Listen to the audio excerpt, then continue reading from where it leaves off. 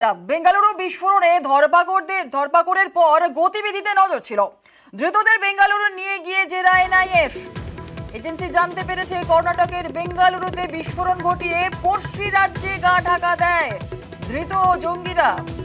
আরো একবার আপনাদের জানিয়ে রাখি, বেঙ্গালুরুর বিস্ফোরণে ধরপাকড়ের পর গতিবিধিতে নজর রাখে এনআইএ। আমাদের সঙ্গে রয়েছেন আমাদের প্রতিনিধি অমিত। সরাসরি চলে যাব অমিতের কাছে। অমিত, জঙ্গিরা বিস্ফোরণ ঘটানোর পর তারপর পড়শি দেশে গা ঢাকা দেয় এবং তারপরে ঠিক কোথায় কোথায় আত্মগোপন করেছিল এনআইএ সূত্র থেকে কি জানা যাচ্ছে?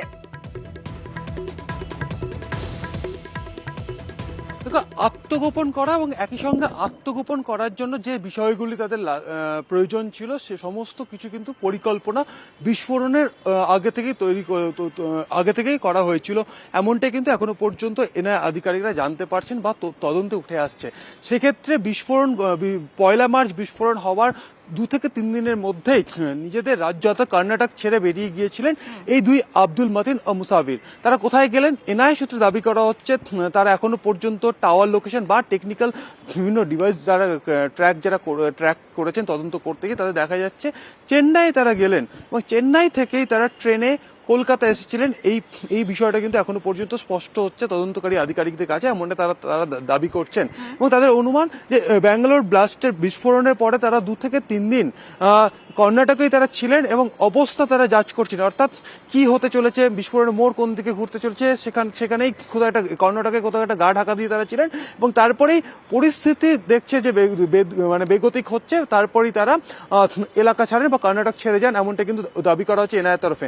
তারা চেন্নাই থেকে কলকাতায় এসে বেশ কয়েকটি ডেরা তারা বদলান। সেক্ষেত্রে লেনিন সরণি, এসএন ব্যানার্জি, ইকবালপুর, খিদিরপুরের মতো বেশ কিছু জায়গায় আমরা ইতিমধ্যে গতকাল 4টি গেস্ট হাউসের তথ্য পেয়েছি এবং 28 তারিখ তারা কলকাতা ছাড়ছে, অর্থাৎ মার্চ মাসে 28 তারিখ ইকবালপুরে গেস্ট হাউস থেকে তারা বেরিয়ে যাচ্ছেন।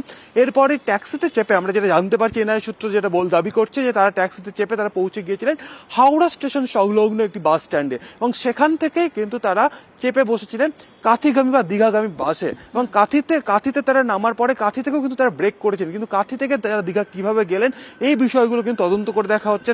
কোন যানবাহনে তারা সাহায্য নিচ্ছিলেন বা যেমন মোজাম্মিলের কথা বলা হচ্ছে, মোজাম্মিল হচ্ছে এই তহর স্কুলের বন্ধু যাকে 26শে মার্চ গ্রেপ্তার করা হয়েছে এনআইএর তরফে, কারণ এই মোজাম্মিল লজিস্টিক সাপোর্ট দিয়েছিলেন এবং লজিস্টিক সাপোর্টের মধ্যে হয়তো আত্মগোপন করার ক্ষেত্রে হয়তো কোনো প্ল্যান তাকে বলে দিয়েছিলেন বা মনিটরিং সাপোর্ট বা মানে আর্থিকভাবে কোনোভাবে কোনো সাপোর্ট তাকে দিয়েছিলেন লজিস্টিক সাপোর্ট হিসেবে। এই তথ্যগুলো কিন্তু তদন্তে উঠে এসছে। সেই জায়গা থেকে 28 তারিখে পরে তারা পৌঁছেছেন কাঁথি থেকে কিন্তু বিভিন্নভাবে চেঞ্জ করে তারা দীঘা, নিউ দীঘা বা সমুদ্র তীরবর্তী কোনো ওই এলাকাতে বিভিন্ন হোটেল তারা বদলেছেন। এখনো পর্যন্ত এই তথ্য কিন্তু সামনে এসছে। সেক্ষেত্রে যে হোটেল থেকে গ্রেপ্তার করা হয়েছে হোটেলের বাইরেও কাঁথির সংলগ্ন কোথায় কোথায় তারা ছিলেন সমস্ত তদন্ত সাপেক্ষে সমস্ত তারা তদন্ত করে দেখছে। সেক্ষেত্রে তদন্তের স্বার্থে এই মুহূর্তে সংবাদ মাধ্যমের সামনে পুরো বিষয়টা রিভিল তারা করতে চাইছেন না, তবে তারা যেটা এখনো অবধি যে গতিবিধি তারা পাচ্ছেন তাতে এইভাবে কিন্তু ডেরা বদল করেছিলেন আব্দুল মুসাফির, এমনটা কিন্তু দাবি করা হচ্ছে এনআইএর তরফে। একেবারে অনেক ধন্যবাদ অমিত। আর গা ঢাকা দেওয়ার পর জঙ্গিদের হাতিয়ার ছিল আধার, জাল আধার কার্ডে একের পর এক হোটেলে আশ্রয় নেওয়ার পর পরিচয় গোপন করতেই আলাদা আলাদা আধার কার্ড তারা ব্যবহার করেছে। জঙ্গিদের সঙ্গী জাল আধার কার্ড চক্র। আব্দুল মতিন তহফা প্যারাডাইস হোটেলে ওঠে আনমোল কুলকার্নি নাম নিয়ে আর ভুয়ো আধার কার্ড ব্যবহার করে, আর এরপর এসপ্ল্যানেড ইনে ফের নাম বদল, বিঘ্নেশ বিডি নাম বলে মথিন, এখানেও ছদ্মনামেই আধার কার্ড। আর শেষে প্যারাডাইস হোটেলের নাম পরিচয় দিয়েই ইকবালপুর হোটেলে আব্দুল মতিন তহফা। প্রথমে প্যারাডাইস হোটেল আর সেখানেই ইউসা শাহজাহান পটেল ছদ্মনামে চেক ইন করেন মুসাফির হোসেন সজীব, ছদ্মনামেই ভুয়ো আধার কার্ড ছিল তার। আর এরপর ডেরা বদলে এসপ্ল্যানেড ইনে গা ঢাকা, সেখানেও ছদ্মনাম ইউসা শাহনওয়াজ পটেল ব্যবহার করে মুসাফির।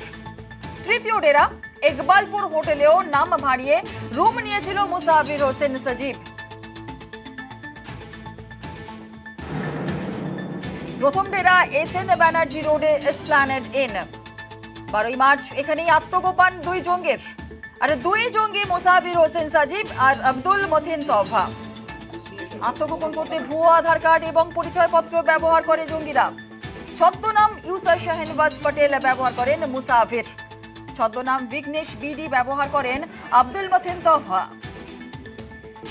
শিলিগুড়িতে অফিস ট্যুরে যাওয়ার কথা বলেন এই দুই জঙ্গি, আর 13ই মার্চ হোটেল থেকে চেক আউট করেন। দ্বিতীয় ডেরা লেনিন সরণির প্যারাডাইস হোটেল।